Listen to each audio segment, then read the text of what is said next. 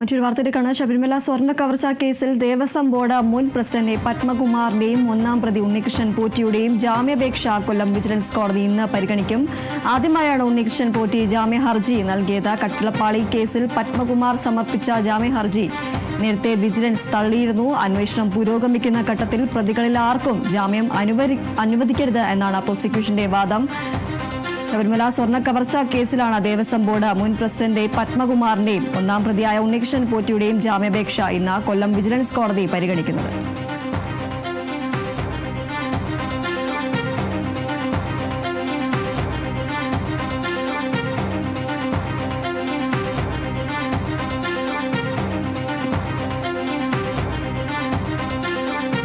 ശബരിമല സ്വർണ്ണ കവർച്ച കേസിൽ ദേവസ്വം ബോർഡ് മുൻ പ്രസിഡന്റ് പത്മകുമാറിന്റെയും ഒന്നാം പ്രതി ഉണ്ണികൃഷ്ണൻ പോറ്റിയുടെയും ജാമ്യാപേക്ഷ കൊല്ലം വിജിലൻസ് കോടതി ഇന്ന് പരിഗണിക്കും.